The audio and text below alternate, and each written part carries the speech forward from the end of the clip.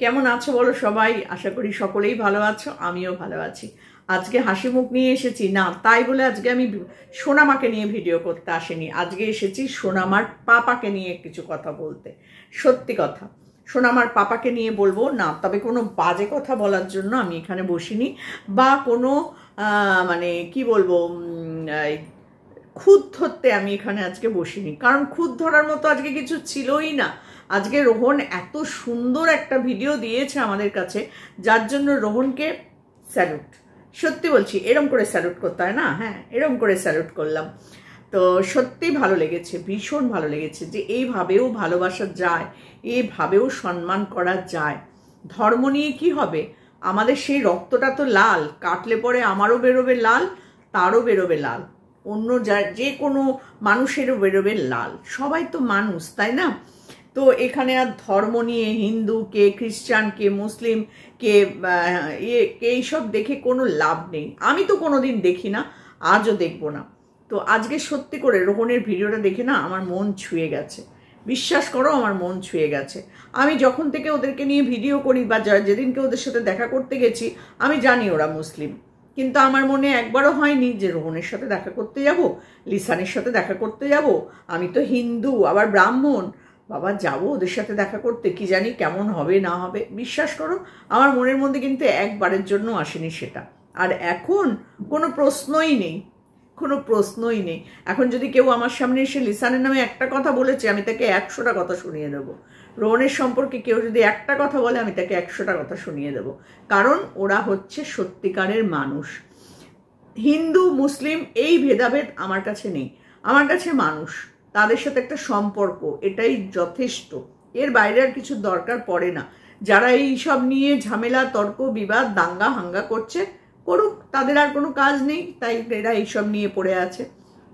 রোহনের বাড়িতে একজন হিন্দু দিদি রয়েছে। ভাবো তো, রোহনের মনের মধ্যে যদি সেই রকম কোনো ব্যাপার থাকতো, বা তার পুরো পরিবারটাকেই, শুধু রোহন বললেই তো হলো না, তারও তো পরিবার আছে। তার মাকে দেখলাম আজকে, খুব ভালো লেগেছে। আমার তরফ থেকে প্রণাম জানালাম। তো ভালো থাকবেন। শুনলাম রোহন বারবার বলছে যে তিনি অসুস্থ। কি অসুখ সত্যি আমি জানি না, তবে ঠাকুরের কাছে প্রার্থনা করব তিনি যেন খুব তাড়াতাড়ি সুস্থ হয়ে যান। সত্যি কোনো মানুষ অসুস্থ শুনলে না আমার খুব খারাপ লাগে। আর আজকে মানে কি বলবো, আমি যবে থেকে বিয়ে করে এসেছি, এই মানুষটা কিন্তু আমার পাশে সব সময় ছিল। ভীষণ ভালোবাসতেন উনি আমাকে। আমারই মানে পিসি শাশুড়ি হন, সম্পর্কে মনে হয় পিসি শাশুড়ি হবেন উনি আমার। উনি মারা গেছেন আজকে। তো আমি যখন বিয়ে করে এসেছি, বললাম না, তখন থেকে উনি, ওনার মেয়ে আমাকে ভীষণ ভালোবাসতো, ভীষণ। তো আজকে খুব মনটা খারাপ আমার সেই দিক থেকে। উনি মারা গেছেন, বয়স হয়েছিল ওনার, অনেক ভুগছিলেন উনি। তো তারও আত্মার শান্তি কামনা করি এই ভিডিওর মাধ্যমে। তো আমি যেতে পারিনি, ওনাকে লাস্ট দেখা আমার দেখতে পাওয়া হলো না, কারণ অনেকটাই দূরে থাকেন আমার বাড়ি থেকে। আর ওই দিকটা আমার খুব একটা যাতায়াত নেই বলে আমি একা আর যেতে পারিনি। তো যদি আর একটু কাছাকাছি থাকতো, তাহলে হয়তো আমি গিয়ে দেখা করে আসতাম। তো যাই হোক, যেটা নেই, যেটা হয়নি, সেটা নিয়ে ভেবে কোনো লাভ নেই। তবে লিসান, রোহন, এদের সাথে তো আমার দেখা আবার হবে, নিশ্চয়ই হবে। তো যাই হোক, আজকে রোহন এত সুন্দর একটা ভিডিও আমাদের সামনে দিয়েছে না, মনটা ছুঁয়ে গেছে। তবে হ্যাঁ, রোহন, তুমি কিন্তু তোমার মায়ের যত্ন নিও, এটুকুনি বলবো। মা হচ্ছে সব থেকে পৃথিবীর সব মূল্যবান সম্পদের মধ্যে সব থেকে বড় সম্পদ হচ্ছে কিন্তু মা। জানো তো, মা হারিয়ে গেলে পরে মাকে কিন্তু আর পাওয়া যায় না। সব কিছু পাওয়া যায়, 2, 3, 4, 5টা করে পাওয়া যায়, কিন্তু মা পাওয়া যায় না। তো সেই জন্য বলছি, মাকে সব সময় সম্মান করবে, ভালোবাসবে, ভালো রাখার চেষ্টা করবে। মার যে শরীর খারাপ হয়েছে, সেটার জন্য ডাক্তার দেখানো, তাকে চিকিৎসা করানো, ওষুধপত্র ঠিক মতো দেওয়া, সব কিছুর ব্যবস্থা তোমাকেই করতে হবে না? তুমি তো বাপ, মানে তার একটাই মাত্র ছেলে। জানি না তোমার ভাই আছে কিনা, তবে তুমি একটাই ভাই আমি জানি, একটাই ছেলে আমি জানতাম, ভুল হতেই পারে। তো যাই হোক, তুমি কিন্তু তার ছেলে, তোমাকে কিন্তু তার দায়িত্বটা অবশ্যই নিতে হবে, তাই না? তো যাই হোক, তোমার নতুন বাড়িতে রয়েছে দিদি, আর দিদি একজন হিন্দু মহিলা। এটাই আমার সব থেকে ভালো লাগে, যে একজন হিন্দু মহিলা হয়ে, অনেক বয়স্ক, উনি যথেষ্ট বয়স্ক একজন মহিলা, কত সুন্দরভাবে তোমাদের সাথে রয়েছেন। তোমার ওই ঘরটায় কিছুই নেই, তুমি একটা লাইট ফ্যানের ব্যবস্থা করে দিয়েছো, উনি কিন্তু সেখানেই রয়েছেন, সেখানেই রান্নাবান্না করেন, সেখানেই খাওয়া দাওয়া করেন। খুব ভালো লাগে আমার, ওনার সাথে আমার মাঝে মধ্যে কথাও হয়। তো দেখা তো নিশ্চয়ই হবে, তাই না? অবশ্যই আমি ওই দিদির সাথে দেখা করব। তবে পুজো টুজো ভাইফোঁটা এইসব নিয়ে তো একটু ব্যস্ত, তো এগুলো মিটে যাক, তারপর অবশ্যই আমি ওনার সাথে দেখা করব। তো উনি খুবই ভালো মানুষ, ওনার গান শুনে তো আমি মুগ্ধ হয়ে গেছি। লিসানের চ্যানেলে ওনার গান শুনেছি আমি, তো ওটা নিয়ে আমি আর ভিডিও করিনি। খুব ভালো লেগেছে, ভীষণ ভালো লেগেছে ওনার গান। উনি যে একসময় ভালো গান করতেন সেটা কিন্তু ওনার গান শুনলেই বোঝা যায়, তাই না? তো লিসানকে, আমাদের রোহনকে কিন্তু উনি ভীষণ ভালোবাসেন, তার সাথে সাথে সোনামা, এই দুজনকে উনি কিন্তু ভীষণ ভালোবাসেন। আর এই দুজনকে ভালোবাসেন বলে সেই খড়গপুর থেকে ছুটে ছুটে উনি কিন্তু রোহনের বাড়িতে আসেন। আমরাও ভালোবাসি, কিন্তু উনি যেভাবে রোহনকে ভালোবাসে সেটা কিন্তু একটা দৃষ্টান্তমূলক ব্যাপার। রোহনও সেরকমভাবেই ওনাকে সম্মান করে।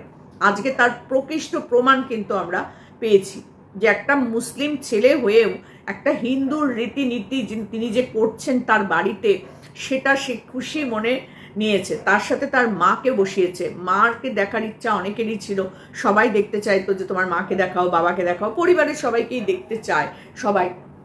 তো সেখান থেকে রোহন আজকে প্রথম এইরকম একটা সুন্দর দিনে তার মাকে আমাদের সামনে নিয়ে এসেছে, এটাও কিন্তু খুব ভালো লেগেছে। মা আর দিদি দুজনকেই কিন্তু ও আজকে একই ক্যামেরা, মানে একই ফ্রেমে নিয়ে এসেছে, খুব ভালো লেগেছে। মা সুন্দর করে বসে আছে, আর মায়ের কোলে কে? আমাদের সোনামা, পরিমা। জামাটা পরে এত সুন্দর লাগছে। যে দিদি ওই জামাটা দিয়েছেন তাকে সত্যি বলতে হবে যে আপনার চয়েস আছে, খুব সুন্দর লেগেছে আমার জামাটা। মা মানে আমাদের সোনামাকে যেন একদম পরীর মতন লাগছে। তো যাই হোক, সোনামা তার দাদির কোলে বসে আছে, খুব ভালো লাগছিল দেখতে। সত্যি ভালো লাগে এইসব ভিডিও, এরকম ভিডিও রোহনকে বলি যে রোহন তুমি এরকম ভিডিও দেবে আমাদেরকে, আমাদের এরকম ভিডিও দেখতে ভীষণ ভালো লাগে। তোমার পরিবারের সাথে তুমি যে এরকমভাবে মিলেমিশে থাকো, এই যে দিদিকে নিয়ে এসে রেখেছো তুমি, দিদি যে এসেছেন তোমার বাড়িতে, তিনি কেমন আছেন, তিনি কি করছেন, তিনি কেমন করে রান্নাবান্না করছেন, তাকে নিয়ে একটা ব্লগ দাও, সেটা দেখতে আমাদের ভালো লাগবে। খুব ভালো লেগেছে আজকের ভিডিওটা। না, সব সময় আমি খুদ ধরবো না, তোমরা বললেও আমি ধরবো না।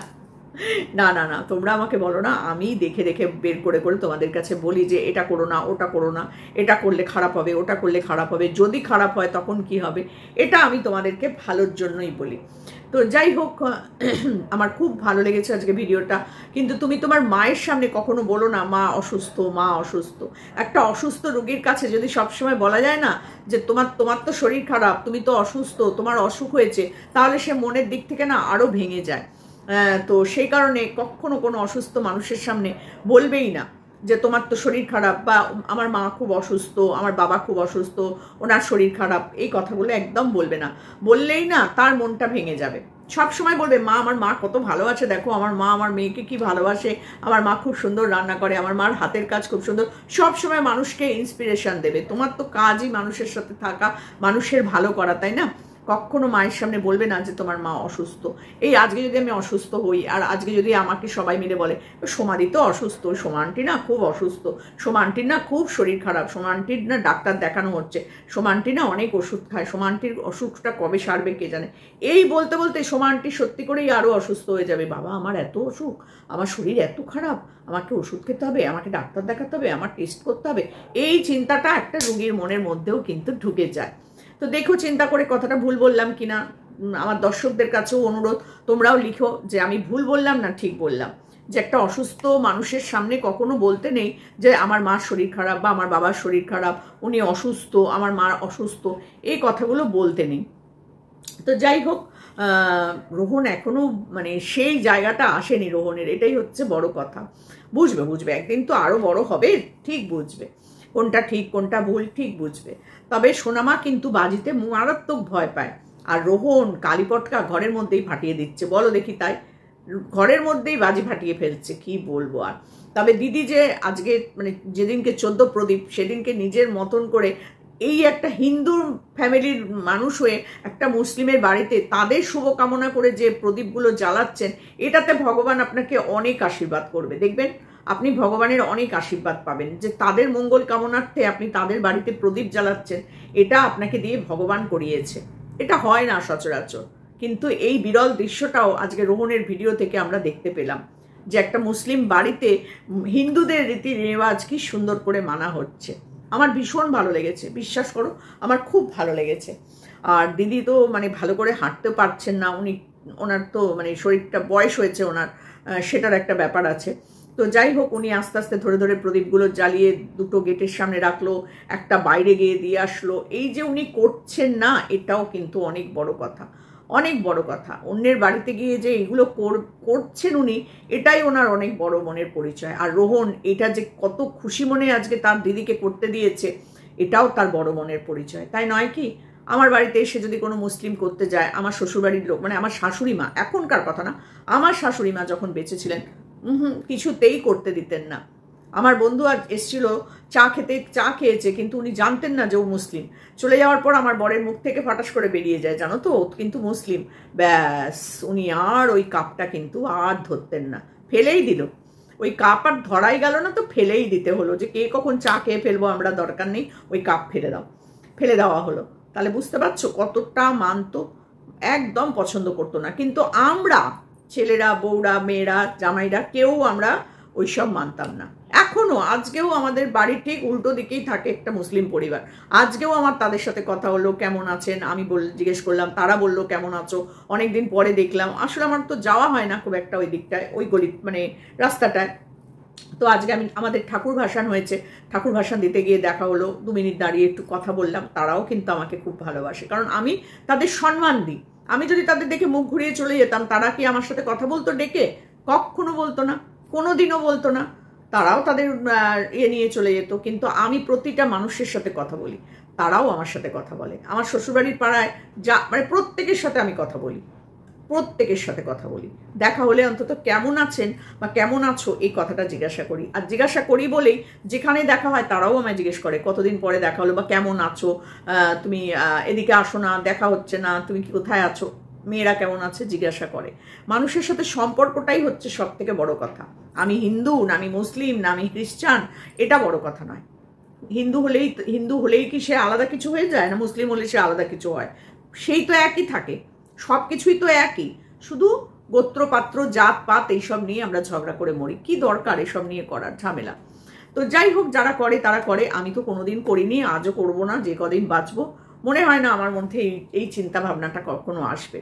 আর রোহন আমার থেকে কত ছোট, সে দেখিয়ে দিল যে এভাবেও ভালোবাসা যায়, একটা মানুষকে এইভাবে সম্মান করা যায়, শ্রদ্ধা করা যায়। সে যে ধর্মেরই হোক না কেন, তাকে সম্মান করাটাই হচ্ছে সব থেকে বড় কথা, তাই না? বন্ধুরা, আমার কমেন্ট বক্সে কমেন্ট করে জানিও যে আজকে ভিডিওটা সত্যি করে তোমাদের কার কার ভালো লেগেছে। আমার তো ভীষণ ভালো লেগেছে, রোহনের প্রতি একটা শ্রদ্ধাই বেড়ে গেল। তো ভিডিওটা শেষ করার আগে আরেকটা ভিডিওর একটু ছোট্টখানি অংশ তোমাদের সাথে জুড়ে দিই।